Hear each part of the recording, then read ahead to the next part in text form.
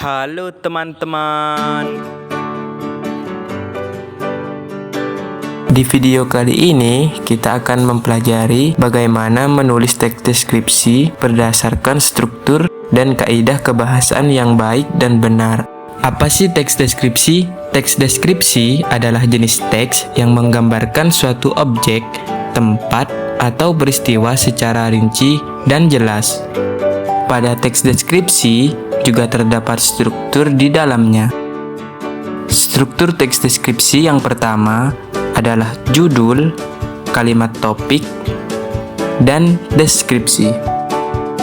Pada teks deskripsi, judul biasanya ditulis secara singkat, padat, jelas, dan langsung mengacu pada objek yang dideskripsikan. Contohnya, sebuah kata jembatan Suramadu. Judul tersebut menggambarkan bahwa isi teks deskripsi tersebut mengenai jembatan Suramadu. Struktur teks deskripsi yang kedua adalah kalimat topik. Kalimat topik dalam teks deskripsi berisi pernyataan umum yang dirancang untuk menarik minat pembaca agar mereka ingin membaca teks deskripsi secara lengkap. Contoh kalimat topik, jembatan Suramadu adalah jembatan terpanjang di Indonesia yang dibangun pada tanggal 20 Agustus 2003. Yang ketiga adalah deskripsi. Bagian deskripsi merupakan rincian lebih lanjut dari kalimat topik yang menggambarkan objek secara detail, spesifik, dan apa adanya, sehingga pembaca seolah-olah dapat mendengarkan, melihat, atau merasakan apa yang kita gambarkan. Jembatan terpanjang di Indonesia yang menghubungkan Pulau Jawa dengan Pulau Madura adalah Jembatan Suramadu. Jembatan ini membentang di atas Selat Madura dengan panjang sekitar 5.438 meter. Dibuka secara resmi pada 10 Juni 2009. Jembatan Suramadu menjadi ikon penting dalam pembangunan infrastruktur nasional.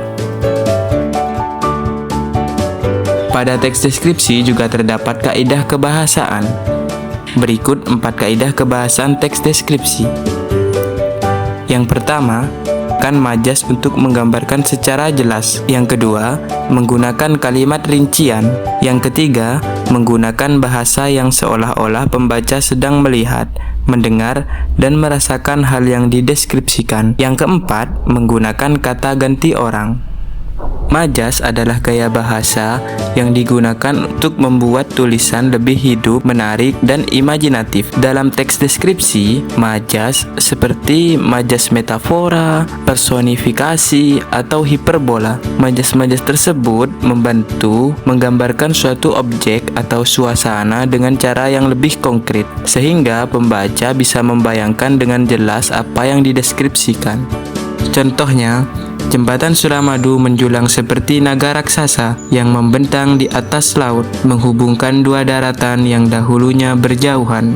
Kemudian kalimat rincian. Kalimat rincian adalah kalimat yang menjelaskan suatu objek secara terperinci, mencakup ciri-ciri fisik, warna, ukuran, suara, aroma, atau kesan lainnya. Kalimat ini penting agar pembaca memperoleh gambaran yang lengkap. Contohnya, Jembatan Suramadu memiliki panjang sekitar 5.000 meter, terdiri dari jalur kendaraan dan sepeda motor, dengan tiang-tiang yang menjulang tinggi dan kabel-kabel baja yang kokoh menggantung di tengah bentangan. Dan yang terakhir adalah menggunakan bahasa yang seolah-olah pembaca sedang melihat, mendengar, dan merasakan hal yang dideskripsikan. Ini berarti teks deskripsi harus mampu membangkitkan indera pembaca, penglihatan, pendengaran, penciuman, perasa, dan peraba, sehingga pembaca merasa seolah-olah berada di dalam situasi yang digambarkan. Contohnya, dari atas jembatan Suramadu, angin laut berhembus kencang, suara deru kendaraan terpadu dengan gemuruh ombak yang menghantam tiang-tiang penyangga, sementara mata dimanjakan oleh pemandangan luas Selat Madura yang biru dan berkilau. Kemudian,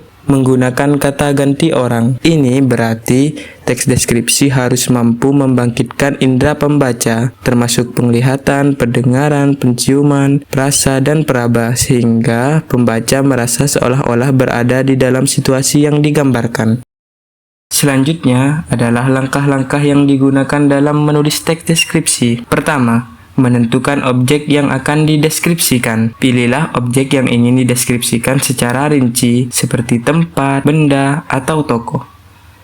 Kemudian membuat judul. Buatlah judul yang singkat, padat, jelas, dan langsung merujuk pada objek yang dideskripsikan. Pastikan judul menarik perhatian pembaca. Yang ketiga, menulis kalimat topik. Buatlah kalimat topik yang mengandung pernyataan umum tentang objek. Kalimat ini harus menarik minat pembaca agar ingin membaca deskripsi lebih lanjut. Yang keempat, mengembangkan deskripsi. Berikan rincian lebih lanjut dari kalimat topik. Deskripsikan objek secara detail, spesifik, dan apa adanya. Gambarkan aspek-aspek penting dari objek sehingga pembaca dapat membayangkan, mendengarkan, melihat, atau merasakan objek tersebut. Yang kelima, menulis deskripsi secara terstruktur. Pertama, pengenalan. Mulailah dengan pengenalan singkat mengenai objek, kemudian rincian deskripsi. Jelaskan ciri-ciri khusus atau aspek-aspek penting dari objek. Gunakan kata-kata deskriptif untuk membuat deskripsi lebih hidup.